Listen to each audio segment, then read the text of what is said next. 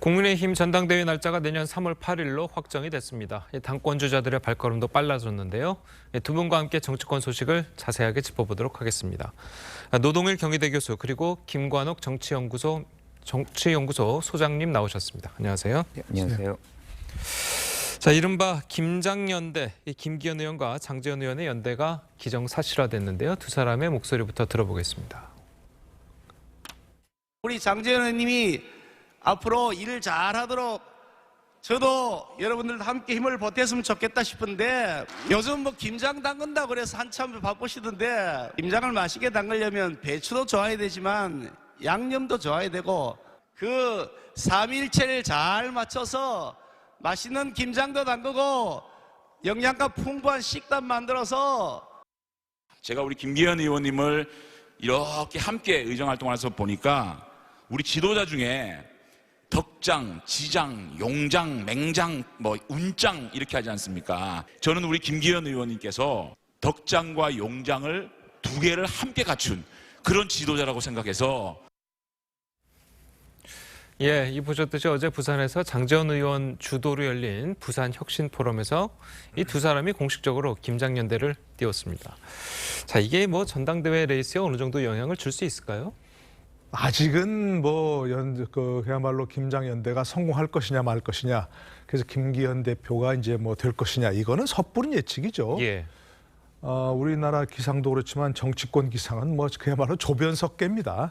아침 저녁 다른 게 정치권 기상이니까 아직은 좀 섣부른 예측은 불가다. 그러나 현 단계에서는 장제원 의원과 김기현 의원이 뭔가 연대를 하는 것 같다는 사실이거든요. 예. 지금 저게 부산에서 열린 그 무슨 부산 혁신 포럼이라는 예. 거죠. 장제원 의원이 주도하는 건데 예. 당권 주자 중에는 좀 김기현 의원이 유일하게 참석했다는 거 아니겠습니까? 그럼 두 사람이 지금 뭐 친하게 지내고 있구나 이런 건 생각할 수 있는데 아직 여러 가지 변수가 남아 있죠. 기본적으로 지금 이른바 국민 공감이라는 게 좀 친윤계 모임이라고 하지 않습니까? 가장 큰 그런 모임이라고 할 수 있는데 거기서 소속 의원들이 어떤 생각을 가지느냐 하는 것들이고, 더더구나 이제 당원들이 김기현 의원에 대해서 어떤 이 호응을 보이느냐 하나가 중요하지 않겠습니까?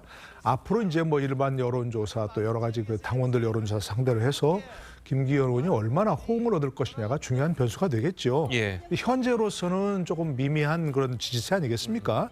그걸 김기현 의원과 장제원이 얼마나 띄울 것인가가 중요한 얘기고, 그동안 뭐 그래서 수도권에 대한 그 어떤 호흡, 그다음에 MZ세대에 대한 소구력, 그다음에 공천 관리를 어떻게 할 것인가 하는 그런 문제인데, 김기현 의원은 워낙 당에 오래 계시기 때문에 당 관리 또 공천 관리 이런 건 안정적으로 할 수 있는 부분이 있겠지만 다른 부분에는 좀 의문보호가 찍히지 않습니까? 그러니까 뭐 김기현 의원뿐만이 아니고 모든 분들에게서 이런 세 가지 조건을 따지면 여러 가지 좀 뭐 강세도 있고 약세도 있고 하지 않습니까? 그러니까 조영 원내대표가 참 잘 표현했어요. 다 성에 차지 않는다. 그런 얘기. 알겠습니다. 예. 자, 그래도 이 뭐 대표적인 이제 친윤계 윤핵관이라고 불렸던 사람이잖아요. 이 장제원 의원이 김기현 의원은 이제 공식적으로 지지를 하면서 윤석열 대통령의 마음이 김기현 의원한테 갔다. 자, 이렇게 보는 시각도 있거든요. 저는 노 교수님 의견과 약간 유사해요. 예. 그러니까 뭐냐면 윤심 확보 경쟁에 김장연대가 먼저 치고 들어갔다. 뭐 그 정도 선상에 있는 것 아닌가. 예. 이번 전대에서 제일 중요한 것이 사실은 세 가지거든요. 그러니까 윤심을 누가 확보하느냐. 거기다가 이제 총선 승리를 얼마나 견인해낼 수 있는 역량이 있느냐. 예. 그리고 더 중요한 게 친윤계하고 공천권을 나눌 의지가 있느냐. 요 세 가지인데 제가 보기엔 김기현 의원 같은 경우는 두 가지는 아마 동의를 했을 가능성이 있어요. 그러니까 윤심을 확보하고 또 한 가지 공천권을 나눌 생각이 있는데, 중요한 거는 이제 총선에서 승리를 견인할 만큼의 상품성이 있느냐라고 본다면 그 부분은 아직은 이제 조금 확보가 안 돼 있는 상황 아닌가. 그래서 아마 저는 친윤계 쪽에서는 이렇게 이 김장연대를 띄우긴 하겠지만 궁극적으로 상품성이 확보가 안 되면 나중에는 바꿀 가능성도 있다라고 봅니다. 그래서 지금 단계에서의 김장연대다. 뭐 이 정도 수준으로 설명하면 될 것 같습니다. 알겠습니다. 자, 그래서 이른바 김장연대에 대한 다른 당권 주자들의 견제도 본격적으로 시작되고 있습니다. 안철수 의원의 이야기와 이 윤심 논란 관련해서 유승민 전 의원의 목소리까지 이어서 들어보겠습니다. 각 개개인 후보의 총선 승리 전략, 개혁 방안 이런 비전을 먼저 말씀하시는 게 우선 아니겠습니까? 그냥 연대에 이렇게 너무 집중하게 되는 그런 모습들이 그렇게 썩 바람직해 보이지 않다고 생각하고요. 하는 게 바로 윤심팔이 하고 있는 거죠. 국민들이 그 사람들을 독립적인 정치인으로 보겠습니까? 그냥 권력에 기생하는 사람들로 보지 않겠습니까? 자, 안철수 의원은 효과가 없을 거라고 일축했고, 유승민 전 의원도 마찬가지고요. 자, 그런 상황에서 나경원 전 의원과의 이제 연대설도 이제 거론이 되고 있는데, 자, 이런 거는 좀 어떻게 보십니까? 좀 전에 들은 얘기가 분명히 맞죠. 정치권에서 뭔가 두각을 나타내려면 제일 첫 번째가 중요한 게 본인의 경쟁력 아니겠습니까?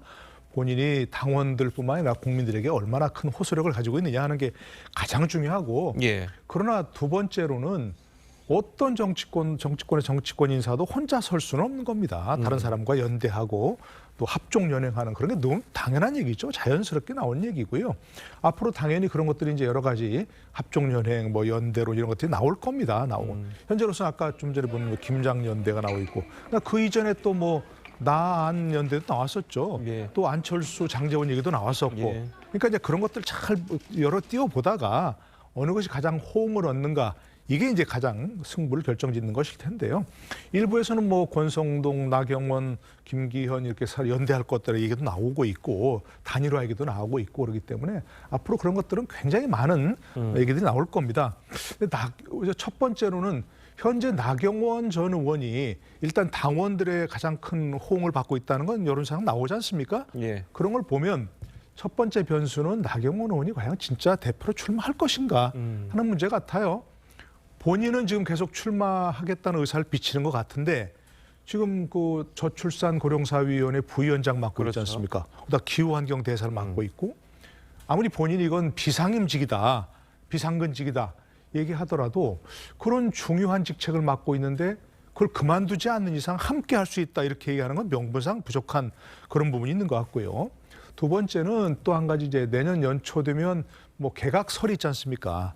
그 개각 과정에서 나 전 의원에게 어떤 직책이 맡겨질 것인가 아닌가 이런 거에 따라서 윤 대통령의 의중도 나올 것이고 본인의 어떤 거취도 분명히 결정될 겁니다. 그때 가서야 비로소 여러 가지 사람들끼리 연대하고 합종연행하고 하는 그런 그림이 분명히 나올 거라 생각합니다. 아직은 이르죠. 예. 자, 그래도 이렇게 연대 이야기가 나오는 게 바로 결선 투표 때문이다. 자, 이런 이야기가 나오거든요. 그게 왜 그런 겁니까? 그러니까 결선 투표라는 것은 결국에는 마지막 남은 2명에서 뽑히는 거잖아요. 그렇죠. 그러면은 어떻게 보면은 지금 윤심이 집중되는 후보가 마지막에 한 명이라도 나온다 그러면 거기에 결집될 수 있는 그런 요인으로 작동을 하고 있는 거거든요. 예. 그러니까 끝까지 안전장치를 두고 윤심이 사실상 적용되는 후보를 당대표로 뽑아보겠다는 그런 의지가 여기에 나와 있는 거거든요. 예. 그러니까 우리가 여당 대표 경선을 보면 대통령의 의지가 굉장히 작용을 많이 해요. 그런데 지금은 또 임기 초잖아요. 그럼 더더욱 이제 그렇죠. 영향력이 큰 거죠. 그런데다가 또 한 가지가 추가된 것이 지금 100% 이제 당원 투표 경선으로 바뀐 거잖아요. 이거는 어떻게 되냐면 일종의 이제 투표, 조직 선거의 성격이 강화되는 것입니다. 우리가 김장연대, 안장연대, 많은 것들이 나오는데 이게 다시금 개파 정치의 어떤 속성이 다시 만들어지고 있는 거거든요. 그런 상황 속에서 대통령의 어떤 영향력이라는 것은 훨씬 더 커지기 때문에 지금 유승민 의원 같은 경우가 이거는 결국에는 윤심을 얻는 그런 어떤 경선일 수밖에 없다라고 얘기한 것이 사실상 틀리지 않다. 이렇게 저는 평가하는 거죠. 예. 자, 거기다가 지금 임기 초인데다가 지금 얼마 전에 여론조사였죠. 여론조사를 보니까 윤 대통령의 지지율이 당 지지율보다 소폭 올라가 있는 것으로 이제 나왔거든요. 자, 이렇게 되면은 더 윤 대통령의 의중이 이번 당권 선거에서 더 중요해지는 것 아니냐 이렇게 보는 시각들이 많아요. 네, 분명히 그럴 것이고요. 지지율이 낮고 정말 속된 말로 죽을 쓰고 있으면 그럴 때보다는 지지율이 높아지고 있고 예. 지금 추세상 그러니까요. 그런 면에서 의중이 작용할 수밖에 없는데요. 그런데 우리가 과거 역사를 돌아보면 역대 전당대회 또 역대 뭐 총선인 그 지방선거 이걸 공천할 때마다 대통령의 의중이 중요하지 않은 적이 없었어요. 그렇죠. 예, 대통령의 의중이 반영되는 그런 공천을 하려고 이번에도 그래서 뭐 공천 관리를 잘할 것이냐 하는 것은 바로 윤 대통령의 의중을 어느 정도나 반영할 것인가 이런 얘기 아니겠습니까? 중요하지 않은 때가 없었지만 그래서 과거 뭐 친박 공천, 친이 공천 할 때마다 그런 것도 있고 뭐 진박 감별사도 바로 대통령의 의중을 얼마나 반영할 것인가 하는 때가 아니었습니까? 그런데 또 우리가 역사를 돌아보면 예. 그렇게 대통령의 의중만 살피다가 어떤 그 결정을 하면 결국 실패의 지름길이었다. 이건 우리가 또 볼 수 있는 겁니다. 그러니까 이런 때도 물론 대통령의 의중도 반영을 해야 되지만 당원들의 의중이 더 중요한 거 아니겠습니까? 예. 당원들이 어떤 그 대표를 어떤 사람 뽑을 게 가장 중요하고 거기다가 또 국민의 의중도 살펴야 되는 거죠. 예. 그러니까 대통령의 의중, 당원의 뜻, 그리고 국민의 여론 이런 것들 모두 반영해야지 한쪽 대통령 뜻만 살피다가는 실패의 지름길이다. 이렇게 얘기할 수밖에 없습니다. 예, 알겠습니다. 자, 저희 다음 이야기도 해보도록 하겠습니다.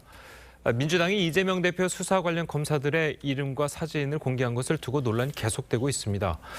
자, 뭐 당원들에게 이 자료 배포하는 과정에서 뭐 한 검사의 사진은 뭐 잘못 올렸다가 수정하는 뭐 그런 소동도 있었고요. 자, 이런 게 이제 국민의 알 권리를 위한 것이다라고 이야기를 하고 있지만, 자, 이런 게 과연 알 권리일까라고 하는 의문을 가지는 사람들도 있거든요. 뭐 글쎄 여러 측면에서 볼 수 있겠죠. 그런데 전 그 민주당 이상민 의원의 얘기를 그대로 되풀이하고 싶어요. 이건 정말 몰상식한 일이고 이성을 잃은 행태다라고 얘기했거든요. 이건 한마디로 뭐 검사들을 겁박하자 이렇게 해서 당원들에게 리포트를 전부 다 이렇게 돌리는 거라고 볼 수 있는 거죠. 예. 근데 뭐 그런 것을 저는 보면서 여러 가지 생각이 드는데 첫 번째는 민주당이 참 초조하구나. 이재명 대표도 초조하구나 하는 생각이 들어요. 지금 뭐 법적으로 문제가 된다면 법적 대응이 가장 정상적인 거 아니겠습니까? 본인 말대로 무죄다, 아무 잘못이 없다 그러면 법적으로 대응하면 되는 겁니다. 그런데 법적인 대응 좀 수단이 없다는 걸 보여주는 것이고요. 정치적으로도 지금 무슨 뭐 조작 수사다, 뭐 정치 검찰이다, 검찰 독재다 얘기하지만 그런 것들이 먹히지 않는다. 그걸 스스로 알고 있는 거죠. 초조함의 발로로 이런 비성적 대응을 했다고 보여지고요. 이건 여러 사람이 얘기하지만 이재명 대표의 성남시장 시절 주로 그런 개인 문제 아니겠습니까? 개인 비리, 개인 범죄 혐의인데 이렇게 당 차원에서 나서서 이런 걸 작성을 하고 모든 걸 또 뭐 다 지구당에 내려보낸다든가 이런 일을 하는 것은 정말 바람직하지 않은, 해서는 안 되는 일이고요. 왜 당 차원에서 나서나요? 그렇게 할 수밖에 없고. 그리고 저는 조금 그 검사 명단을 보면서 조금 다른 생각이 든 것이 또 한 가지 뭐가 있냐면 다 그 검사들이 지금 수사하고 있는 범죄 명록을, 범죄 혐의 목록을 지금 밝혔지 않습니까? 그런데 참 한 사람이 이렇게 많은 범죄 혐의를 받는 것도 참 이례적이다. 예. 그런 생각이 듭니다. 그러니까 저는 검사들 명단보다도 그런 데에 오히려 주목을 할 수 있는 그런 상황이 되지 않는가. 국민들이 다 보면서 아니 저렇게 많은 범죄 혐의가 한 사람에게 적용된다는 말이야? 라고 하는 그런 생각을 하시지 않을까 싶습니다. 알겠습니다. 자, 그리고 이제 저희가 이제 조금 전에 저희 기사를 통해서 이제 전해드렸지만 이런 것들을 주도한 사람이 바로 이재명 대표의 측근이다. 자, 이런 이야기거든요. 자, 그런 거는 어떻게 보셨습니까? 그러니까 이재명 대표 측근들, 대표도 마찬가지로 포함이 될 것 같은데 예. 지금 이 수사가 굉장히 의도적이고 편향되어 있다라고 믿는 것 같아요. 그러니까 좀 더 검사들이 명백한 증거 중심의 어떤 수사, 뭐 판사도 마찬가지고요. 뭐 그런 것을 촉구하는 차원에서 아마 이것이 공개를 하지 않았을까 싶은데 예.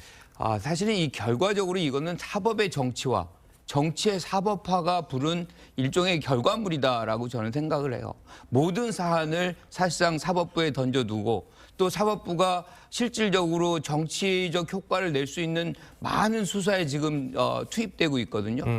지금 이재명 대표 수사와 또 문 전 대통령 수사 관련해서 투입된 수사 검사들이 150명이라고 합니다. 그럼 전체적으로 우리가 2,000명의 검사가 있어요. 그러면 약 10%에 가까운 이 검사들이 한정된 이런 사건에 이렇게 집중적으로 투입될 수 있는 것인지 이게 바람직한 것인지라는 생각을 안 할 수가 없고요. 뭐 이런 것들이 결과적으로 민주당의 입장에서는 굉장히 편향된 수사가 있는 것이고 따라서 이거를 좀 바로잡기 위해서는 뭔가 보다 더 공개성, 투명성을 강화하는 방식이 필요하고 그것이 어떤 명단 공개로 나타났다. 뭐 이렇게 볼 수 있을 것 같아요. 예, 알겠습니다.